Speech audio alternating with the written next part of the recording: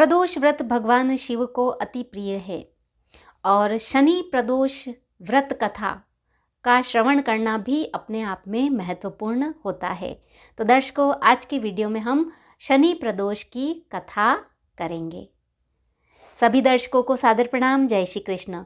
शास्त्र संगत चैनल पर आप सभी का हार्दिक स्वागत, अभिनंदन। तो दर्शकों, आज हम सुनेंगे शनि प्रदोष व्रत कथा। इसमें शनि प्रदोष की 2 व्रत कथाएं दे रखी है, तो आज हम पहली व्रत कथा सुनेंगे। गर्गाचार्य जी ने कहा, हे महामते, आपने शिव शंकर प्रसन्नता हेतु समस्त प्रदोष व्रतों का वर्णन किया है। अब हम शनि प्रदोष व्रत विधि सुनने की इच्छा रखते हैं, सो कृपा करके सुनाइए। तब सूत जी बोले, हे ऋषि, निश्चयात्मक रूप से आपका शिव पार्वती के चरणों में अत्यंत प्रेम है। मैं आपको शनि त्रयोदशी के व्रत की कथा बतलाता हूँ, सो ध्यान से सुने। तो कथा कौन सुना रहे हैं? सूत जी महाराज गर्गाचार्य जी से सुना रहे हैं। पुरातन कथा है कि एक निर्धन ब्राह्मण की स्त्री दरिद्रता से दुखी हो शांडिल्य ऋषि के पास जाकर बोली, हे महामुने, मैं अत्यंत दुखी हूँ। जो स्त्री थी निर्धन थी, ब्राह्मण की स्त्री थी, और वह शांडिल्य ऋषि के पास गई और कहा कि हे महामुनि, मैं बहुत दुखी हूँ, दुख निवारण का उपाय बताइए। मेरे दोनों पुत्र आपकी शरण में हैं। मेरे ज्येष्ठ पुत्र का नाम धर्म है, जो कि राजपुत्र है, और लघु पुत्र का नाम शुचिव्रत है। अतः हम दरिद्री हैं, आप ही हमारा उद्धार कर सकते हैं। वह अपने दोनों पुत्र का नाम बताती है, एक का नाम धर्म और दूसरे का नाम शुचिव्रत है। और वह मुनि से प्रार्थना करती है कि हम बहुत दरिद्र हैं, हम बहुत गरीब हैं, और आप ही हमारा उद्धार कर सकते हैं। इतनी बात सुन ऋषि ने शिव प्रदोष व्रत करने के लिए कहा। तीनों प्राणी प्रदोष व्रत करने लगे। शांडिल्य ऋषि ने कहा कि आप तीनों शिव प्रदोष का व्रत करें, मतलब त्रयोदशी तिथि का व्रत करें। कुछ समय पश्चात प्रदोष व्रत आया, तब तीनों ने व्रत का संकल्प किया। छोटा लड़का, जिसका नाम शुचि व्रत था, एक तालाब पर स्नान करने को गया तो उसे मार्ग में स्वर्ण कलश धन से भरपूर मिला। उन्होंने व्रत का संकल्प किया और वह स्नान करने के लिए तालाब पर गया, छोटा बेटा, तो उसे स्वर्ण से भरा हुआ कलश मिला। उसको लेकर वह घर आया। प्रसन्न हो माता से कहा कि माँ, यह धन मार्ग से प्राप्त हुआ है, कि हे माँ, यह धन मुझे रास्ते से प्राप्त हुआ है। माता ने धन देखकर शिव महिमा का वर्णन किया। राजपुत्र को अपने पास बुलाकर बोली, देखो पुत्र, यह धन हमें शिवजी की कृपा से प्राप्त हुआ है, अतः प्रसाद के रूप में दोनों पुत्र आधा आधा बांट लो। माता का वचन सुन राजपुत्र ने शिव पार्वती का ध्यान किया और बोला, पूज्य, यह धन आपके पुत्र का ही है, मैं इसका अधिकारी नहीं हूँ। मुझे शंकर भगवान और माता पार्वती जब देंगे तब लूँगा। जो बड़ा बेटा है उसने कहा कि यह तो आपके पुत्र का है और मैं इसका अधिकारी नहीं हूँ, जब मुझे भगवान शंकर देंगे तब मैं लूँगा। इतना कहकर वह राजपुत्र शंकर जी की पूजा में लग गया। एक दिन दोनों भाइयों का प्रदेश भ्रमण का विचार हुआ। वहाँ उन्होंने अनेक गंधर्व कन्याओं को क्रीड़ा करते हुए देखा। वे बाहर घूमने के लिए गए और वहाँ गंधर्व कन्याएं हैं, वह खेल रही थी। उन्हें देख शुचिव्रत ने कहा, भैया, अब हमें इससे आगे नहीं जाना है। इतना कह शुचिव्रत उसी स्थान पर बैठ गया। छोटा भाई ने कहा कि अब हम आगे नहीं जाएंगे, और वह वहीं बैठ गया।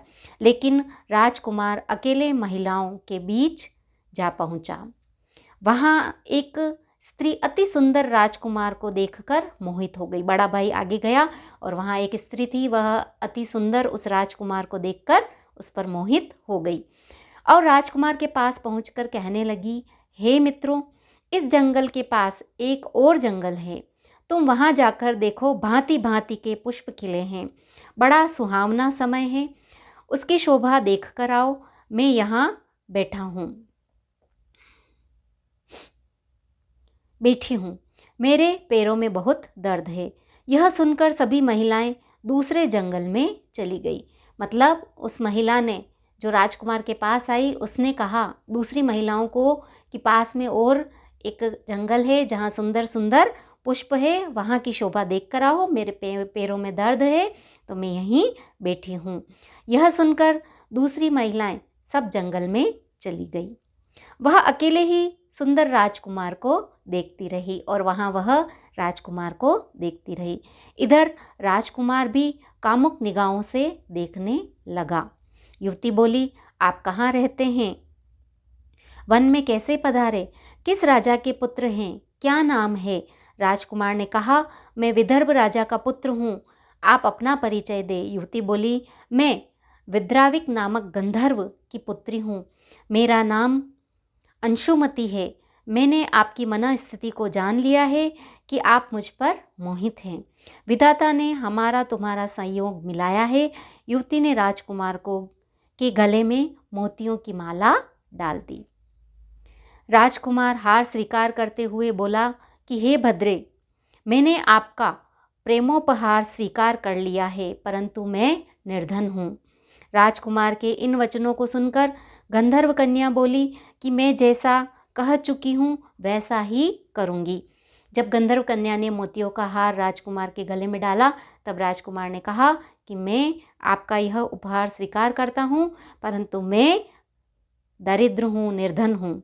तो कन्या ने बोला कि मैंने जैसा कह दिया वैसा ही अब मैं करूँगी, अब आप अपने घर जाएं। इतना कहकर वह गंधर्व कन्या सखियों से जा मिली। घर जाकर राजकुमार ने शुचि व्रत को सारा वृतांत कह सुनाया। जब तीसरा दिन आया, वह राजपुत्र शुचि व्रत को लेकर उसी वन में जा पहुंचा। वहीं गंधर्व राजा अपनी कन्या को लेकर आ पहुंचा। इन दोनों राजकुमारों को देख आसन देख कहा कि मैं कैलाश पर गया था, वहाँ शंकर जी ने मुझसे कहा कि धर्मगुप्त नाम का राजपुत्र है जो इस समय राज्य विहीन निर्धन है, मेरा परम भक्त है। हे गंधर्वराज, तुम उसकी सहायता करो। मैं महादेव जी की आज्ञा से इस कन्या को आपके पास लाया हूँ। फिर वो कन्या आती है, पिताजी आते हैं और वह राजकुमार भी उस जंगल में जाता है अपने भाई के साथ। और फिर वह बताते हैं कि मुझे महादेव जी ने कहा है कि जो आप हैं तो आप निर्धन हैं, राजविहीन हैं, परंतु भगवान के भक्त हैं, तो मैं आपकी सहायता के लिए आया हूँ और इस कन्या को भी आपके पास लाया हूँ। आप इसका निर्वाह करें, मैं आपकी सहायता कर आपको राजगद्दी पर बिठा दूंगा। इस प्रकार गंधर्व राजा ने कन्या का विधिवत विवाह किया। विशेष धन एवं सुंदर गंधर्व कन्या को पाकर राजपुत्र अति प्रसन्न हुए। भगवान की कृपा से यह समयोपरांत अपने शत्रुओं का दमन करके राज्य का सुख भोगने लगे। तो भगवान शिव के प्रदोष का उन्होंने व्रत किया, उसके प्रभाव से उन्हें राजगद्दी भी मिली, सुंदर कन्या भी मिली और निर्धनता का भी निवारण हुआ और जो शत्रु थे उनका भी दमन हुआ। तो इस प्रकार आज हमने शनि प्रदोष की प्रथम कथा का वाचन किया और आपने श्रवण किया। वीडियो पसंद आया हो तो लाइक कीजिए, शेयर कीजिए। चैनल को अगर आपने अभी तक सब्सक्राइब नहीं किया है तो कर लीजिए, बेल आइकन को प्रेस कर लीजिए ताकि मैं आगे जो भी वीडियो प्रेषित करूं उसकी नोटिफिकेशन आप तक पहुंच सके। धन्यवाद। जय श्री कृष्ण।